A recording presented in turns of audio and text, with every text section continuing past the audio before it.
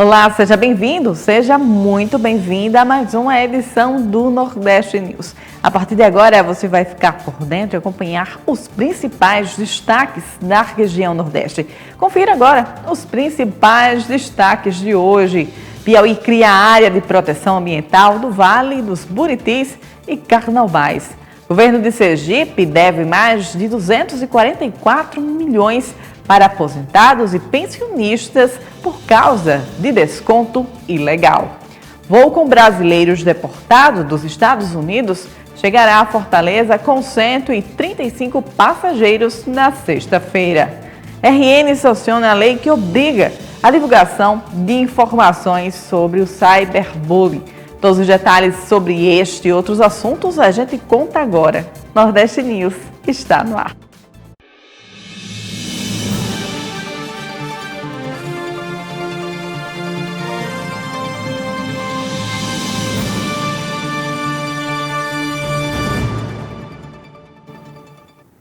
Os servidores públicos, aposentados e pensionistas de Sergipe aguardam o anúncio do governo estadual sobre a devolução dos valores referentes a 14% que foram retirados ilegalmente dos seus vencimentos entre os meses de abril de 2020 e junho de 2022, totalizando assim mais de 244 milhões de reais. O caso está no Supremo Tribunal Federal, onde a maioria dos ministros já considerou a cobrança inconstitucional, aguardando apenas o voto do ministro Gilmar Mendes. O governo de Sergipe declarou que espera a decisão final do STF para definir os próximos passos, mas ainda não há data para a votação. O confisco afetou a remuneração de aposentados e pensionistas, causando perdas salariais de até R$ 900 por mês. Agora a gente vai falar do temporal que atingiu a cidade de São Luís na tarde de ontem, dia 4, e diversos condutores e pedestres enfrentaram transtorno por conta do nível da água que estava nas ruas. Vamos conferir como é que ficou a cidade com as chuvas de ontem. Quem mostra pra gente é a repórter Noemi Reis.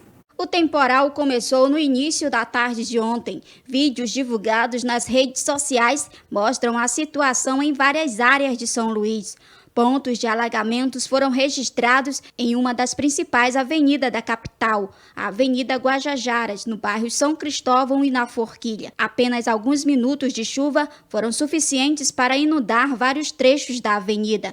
Em vários pontos, carros ficaram totalmente parados devido ao grande volume de água na pista. Motoristas e pedestres tiveram dificuldades para trafegar na área. Outro ponto de alagamento foi no elevado da cidade, próximo ao retorno do São Cristóvão, na saída de São Luís. Além da estrutura recém-inaugurada, a água também acumulou nos entornos do elevado, gerando lentidão no trânsito, tanto para quem saía quanto para quem chegava na capital maranhense. Na Vila dos Nobres, moradores se juntaram para tentar tirar um carro que estava parcialmente submerso na água da enxurrada. Outro carro também ficou ilhado no bairro São Bernardo. Já uma viatura da Polícia Militar derrapou no quilômetro 39 da BR-135, no Campo de Peris, durante o temporal. No momento do acidente, a pista estava muito molhada. Em nota, a Secretaria de Estado de Segurança Pública informou que na viatura havia 2 policiais a bordo, integrantes do 2º Batalhão de Turismo, com sede em Barreirinhas. Após o acidente, os agentes foram socorridos e encaminhados para unidades de saúde em São Luís.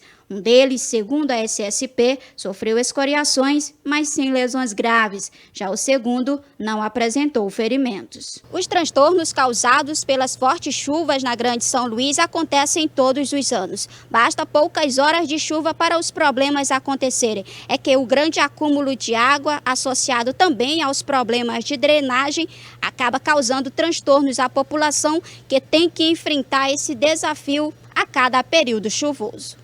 Em vídeo compartilhado nas redes sociais, o prefeito de São Luís, Eduardo Braide, disse que as equipes da CEMOSP identificaram um ponto de afundamento na Avenida Guajajaras. Segundo o prefeito, as equipes já estariam trabalhando para resolver o problema. Apenas um dos lados da via está liberado para o trânsito. Ainda no vídeo, Braide pontuou que as equipes trabalham na rede pluvial para liberar todas as pistas da Avenida Guajajaras. Pessoal, chuva forte que está caindo nessa tarde em São Luís. Eu estou rodando aqui de carro, monitorando junto com as nossas equipes toda essa situação dessa chuva. Já identificamos um ponto de afundamento aqui onde eu estou passando, que é na Avenida Guajajaras. As nossas equipes já foram acionadas para que possa resolver esse problema o mais rápido possível. Nesse momento a gente tem um lado da pista que está liberado e a gente vai trabalhar na rede de drenagem pluvial, onde teve afundamento, para que a gente possa liberar todas as pistas da Avenida Guajajaras. Uma outra informação importante é que eu recebi um alerta também da UEMA, onde a gente tem a previsão de ter fortes chuvas nessa madrugada e na manhã dessa quarta-feira. Nós já acionamos todas as nossas equipes que já estão de prontidão, Defesa Civil, Secretaria de Obras, IMPU, todas as nossas equipes, mas é claro, fica o cuidado que todos nós temos que tomar com esse alerta feito pela UEMA. E eu vou continuar rodando aqui, conversando e acompanhando o trabalho das nossas equipes em todas essas áreas de intervenções que a gente está fazendo por conta da questão das chuvas. Um abraço para vocês e qualquer coisa eu dou mais informações por aqui. Presos após brigas de torcidas do Santa Cruz Esporte têm passagens pela polícia por crimes como homicídio, tráfico e roubo. Saiba quem são essas pessoas agora com Hilary Christie.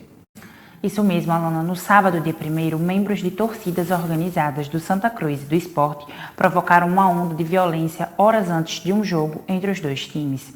De acordo com a Polícia Civil, 32 pessoas foram detidas e 13 delas tiveram prisão preventiva decretada por causa dos crimes praticados. Muitos dos presos têm passagem pela polícia e respondem por crimes como homicídio, tráfico de drogas e roubo. As confusões deixaram ao menos 13 homens feridos, dos quais um segue internado, e a Lei Geral do Esporte, em vigor no país desde junho de 2023, diz que é crime promover tumulto, praticar ou incitar a violência ou invadir local restrito aos competidores ou os árbitros e seus auxiliares em eventos esportivos. A pena é de 1 a 2 anos de prisão, além de multa. Para se enquadrar na lei, o crime deve ser praticado em um raio de 5 km ao redor do local do evento esportivo ou durante o trajeto para o jogo. Na prática, os tumultos do sábado aconteceram a uma distância de pouco menos de 3 km do estádio do Arruda, na Zona Norte, onde aconteceu o jogo entre o Santa Cruz e o Esporte. A Comissão de Direito Desportivo da Ordem dos Advogados do Brasil, OAB, tem acompanhado os casos de violência envolvendo os torcedores. De acordo com a vice-presidente da comissão, Nívia Campos, embora a Lei Geral do Esporte preveja punição para crimes mais leves, o que se viu no sábado extrapola o que a legislação esportiva prevê. A advogada afirmou ainda que é preciso pressionar o poder público para evitar que esses casos se repitam. Volto com você, Alana. No próximo bloco, mulher é amarrada pela própria família depois de esfaquear jovem em Arapiraca. Todos os detalhes sobre este e outros casos, outros assuntos aqui no Nordeste News, a gente conta logo após o intervalo. Até já!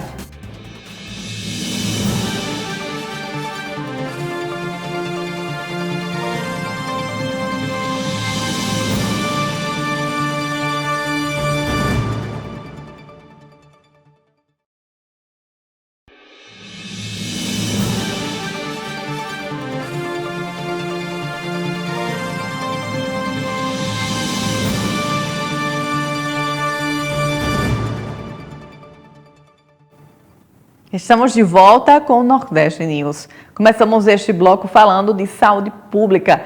Mais de 650 casos prováveis de dengue são registrados em um único mês. Hilary Christie.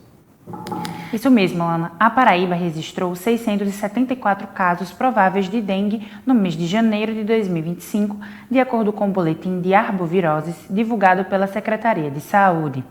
O boletim não confirma mortes pela doença até o momento, embora 2 óbitos estejam sendo investigados. Além dos casos de dengue, o boletim aponta também um registro de 55 casos prováveis de chikungunya, 1 caso provável de Zika vírus e 7 casos prováveis de febre do Oropouche. Ao comparar os números de janeiro de 2025 com o mesmo período de 2024, foi observada uma variação nos registros de arboviroses. O número de casos prováveis de dengue aumentou em 40,71%, enquanto os casos de chikungunya apresentaram uma queda de 48% e os casos de Zika vírus reduziram em 89%. Em relação aos óbitos, o boletim não registrou mortes confirmadas por dengue, mas aponta que 2 óbitos estão sendo investigados nos municípios de Campina Grande e São Domingos do Cariri. Não houve confirmações nem investigações de óbitos por chikungunya, Zika ou febre do Oropouche. Volto com você, Alana. Uma mulher foi amarrada pela própria família depois de esfaquear uma jovem em Arapiraca. Quem vai trazer todos os detalhes para a gente é Dimitri Campos. Dimitri, seja muito bem-vindo ao Nordeste News. Pois é, Alana, na noite da terça-feira, uma mulher foi presa por violência corporal no bairro Senador Nilo Coelho, em Arapiraca. Ao chegar no local, a polícia militar encontrou a mulher já imobilizada pelos parentes. O motivo foi porque a moça esfaqueou um rapaz que tentou proteger a avó dela durante uma discussão.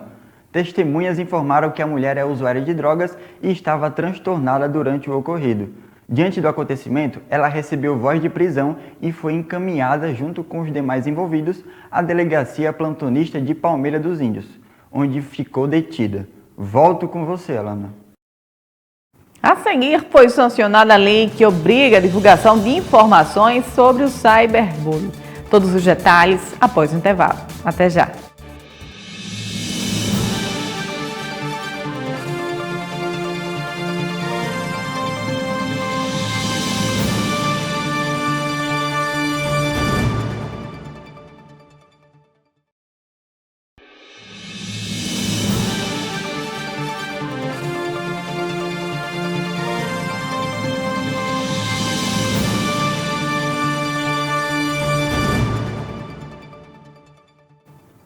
Estamos de volta. A Justiça do Maranhão determinou que o município de São Luís remova o ecoponto do loteamento Parque Amazonas, além de todos os outros que foram instalados em áreas verdes. A Prefeitura deverá restaurar e manter esses locais em condições adequadas de uso. Quem tem mais informações sobre este assunto é Noemi Reis. Vamos acompanhar. A ação foi movida pelo Ministério Público do Maranhão, que instaurou um inquérito civil após receber reclamações de moradores do Parque Amazonas. A Prefeitura deverá remover o ecoponto do loteamento Parque Amazonas, além de todos os outros instalados em áreas verdes, e restaurar e manter esses locais em condições adequadas de uso. Em 90 dias, o município de São Luís deverá apresentar o cronograma de atividades para cumprimento desta sentença. O ecoponto foi instalado no bairro para receber materiais recicláveis, resíduos de construção civil e restos de podas, com licença emitido pela Secretaria Municipal de Meio Ambiente. Acontece que a Justiça entendeu que o ecoponto está instalado em uma área verde, prejudicando o planejamento urbano e tirando o direito da população do meio ambiente equilibrado. A Prefeitura de São Luís alegou que a estrutura foi construída na extremidade da área, fora dos limites da área verde, aproveitando uma sobra de terreno no traçado da avenida. No entanto, a Secretaria Municipal de Meio Ambiente afirmou que, de acordo com a planta do loteamento, o ecoponto está localizado em área verde. A decisão foi proferida pelo juiz Douglas de Melo Martins, titular da Vara de Interesses Difusos e Coletivos da capital maranhense. Ele considerou nula a certidão de conformidade de uso e ocupação do solo concedida pela Secretaria Municipal de Urbanismo e Habitação. O juiz ressaltou a importância da reserva de áreas para espaços públicos de uso comum. Esses espaços, como praças, áreas verdes e outros equipamentos urbanos, são fundamentais para o planejamento e o bem-estar da população. Negligenciar essas diretrizes pode gerar impactos negativos em diversos setores da sociedade, privando as comunidades de locais de convivência e lazer. Direito à cidade, direito ao meio ambiente equilibrado. Eu proferi uma sentença aqui na Vara de Interesses Difusos e Coletivos, condenatória do município de São Luís, na obrigação de desativar o ecoponto atualmente existente no loteamento Parque Amazonas e, antes deste prazo de 2 anos, construir um outro ecoponto naquela mesma região, em uma área que seja edificável. A necessidade de modificar é porque o atual ecoponto está em uma área verde. E em áreas verdes não podem ser construídos equipamentos públicos, nem ecoponto, nem escola, nem hospital ou qualquer outro. Estes equipamentos públicos podem ser construídos, por exemplo, nas áreas institucionais, mas as áreas verdes precisam ser reservadas exclusivamente para praças ou parques. Quando se faz o loteamento em uma determinada região, são reservados espaços para áreas verdes, reservados espaços para áreas institucionais, ruas e os espaços em que as casas são construídas. Mas nas áreas verdes há uma restrição. Somente praças ou parques podem ser construídos nesses espaços. O Rio Grande do Norte sanciona a lei que obriga a divulgação de informações sobre o cyberbullying. Isso mesmo, Alana. O Rio Grande do Norte sancionou a Lei número 12.062, de 4 de fevereiro de 2025, que determina a obrigatoriedade da divulgação de informações sobre cyberbullying em espaços destinados ao uso de computadores e durante eventos festivos e esportivos no Estado. A norma visa conscientizar a população sobre os impactos dessa prática e reforçar medidas preventivas. A lei estabelece que a publicização das informações sobre cyberbullying pode ocorrer por meio digital, visual, sonoro ou impresso. A obrigatoriedade se aplica a diversos espaços onde há uso de computadores, como departamentos de comunicação digital, bibliotecas, salas de telemarketing, empresas de assistência técnica, salas de aula e de computação, lan houses e empresas gráficas. Nos eventos festivos e esportivos organizados por empresas privadas, a exigência se limita aos espaços que possuam relação direta com o consumidor. Isso significa que organizadores devem incluir avisos e materiais informativos nesses ambientes. A norma já está em vigor e obriga aos responsáveis pelos espaços abrangidos a garantir que as mensagens de conscientização estejam acessíveis ao público. No entanto, não há informações específicas sobre penalidades em caso de descumprimento. A medida segue a tendência de reforçar políticas públicas de conscientização e combate ao assédio virtual, um problema crescente que afeta principalmente jovens e adolescentes. Especialistas avaliam que a divulgação dessas informações pode ajudar a reduzir os casos e incentivar vítimas a denunciarem as agressões. Volto com você, Alana. Uma mulher é assassinada no oeste do estado da Bahia e o suspeito deixa um recado ao lado do corpo. Quem volta trazendo todos os detalhes sobre este caso é Dimitri Campos. Isso, Alana. O caso aconteceu na cidade de Santa Maria da Vitória, localizada no oeste da Bahia. Uma mulher de 43 anos foi morta a tiros dentro de sua residência. Terezinha Pires dos Santos foi encontrada seminua e com uma marca de tiro no pescoço. De acordo com a Polícia Civil, o principal suspeito é o companheiro de 7 meses de relacionamento, já que foi deixado um bilhete ao lado do corpo, tendo mensagens indicando ciúmes e uma possível traição da vítima.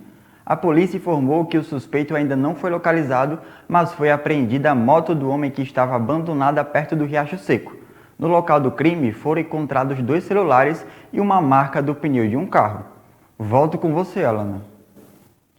No próximo bloco, voo com brasileiros deportados dos Estados Unidos chegará a Fortaleza com 135 passageiros na sexta-feira. O Nordeste News volta em instantes. Até já!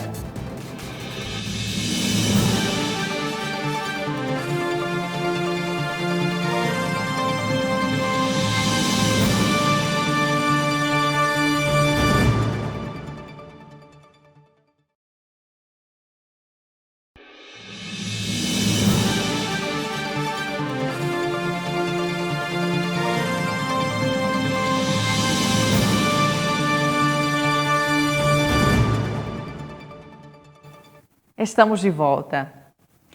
Um voo com 135 brasileiros deportados dos Estados Unidos chegará na sexta-feira, dia 7 de janeiro, em Fortaleza. A maioria dos passageiros é de Minas Gerais e 80% deles têm condições financeiras para custear o seu deslocamento dentro do Brasil. O governo do Ceará identificou que não há situação de vulnerabilidade social entre os deportados e oferecerá um apoio psicológico e alimentação. Este é o segundo grupo a retornar desde o início do governo Trump, onde a mudança do desembarque para Fortaleza visa evitar que os deportados sejam transportados algemados, uma prática comum nos voos de deportação dos Estados Unidos. A Polícia Federal confirma que, apesar de não cometerem crimes, os deportados eram algemados durante o voo. A chegada do primeiro grupo, em 24 de janeiro, gerou uma polêmica, pois os 88 deportados desembarcaram algemados. A gente sai do Ceará e agora vai para o Piauí. O governo do estado criou a área de proteção ambiental do Vale do Buritis e Carnaubais por meio de um decreto de 30 de janeiro de 2025, como forma de impulsionar o desenvolvimento sustentável e conservar legalmente espécies de fauna e flora. O corredor ecológico se estende pelos municípios de Brejo do Piauí, Centro do Buriti e Pajeú do Piauí e também visa recuperar ecossistemas degradados por espécies exóticas invasoras. A área se integra aos parques nacionais da Serra Capivara e da Serra das Confusões. No total, a unidade de conservação abrange uma área de mais de 25 hectares e foi criada para proteger a biodiversidade da Caatinga, além dos campos de Carnaúba e Buritizais. O decreto também prevê a criação de um conselho gestor, composto por representantes do poder público e da sociedade civil, para auxiliar na implantação das atividades, administração e na elaboração do plano de manejo da unidade. Agora a gente muda de assunto e fala do ex-prefeito que foi assassinado no Rio Grande do Norte e já foi denunciado por homicídio e porte ilegal de arma de fogo. Hilary Christi volta trazendo mais informações. Isso mesmo, Alana. Morto a tiros na noite de segunda-feira, dia 3, em Natal, Miguel Cabral, ex-prefeito da cidade de São Pedro, do interior do RN, já havia sido denunciado pelo Ministério Público Estadual por homicídio qualificado e também por porte ilegal de arma de fogo, em processo de 2014 que terminou arquivado. O Ministério Público Estadual denunciou o ex-prefeito pela morte de Bruno Cabral da Silva em crime ocorrido no dia 28 de abril de 2014. A morte foi causada por disparos de arma de fogo. Em 2023, no entanto, o Ministério Público e a defesa do ex-prefeito pediram a impronúncia do acusado por ausência de indícios suficientes da autoria. Com isso, o ex-prefeito não foi a júri popular. O pedido foi acatado pela Justiça do RN. Pelos fatos narrados via testemunhal, verifico não constituírem indícios suficientes da autoria que ora recai sobre o acusado, citou a decisão. Também em 2014, o ex-prefeito foi denunciado por porte ilegal de arma de fogo no dia 8 de abril daquele mesmo ano. Em 2023, o Ministério Público do RN requereu a extinção de punibilidade do acusado por entender ter consumado a prescrição, após 9 anos da acusação. A Justiça do RN, então, também arquivou o processo. Volto com você, Alana. Muito obrigada, Hilary, pelas informações. E assim, mais uma edição do Nordeste News está chegando ao fim. Amanhã estaremos de volta neste mesmo horário. Esperamos por você. Até lá!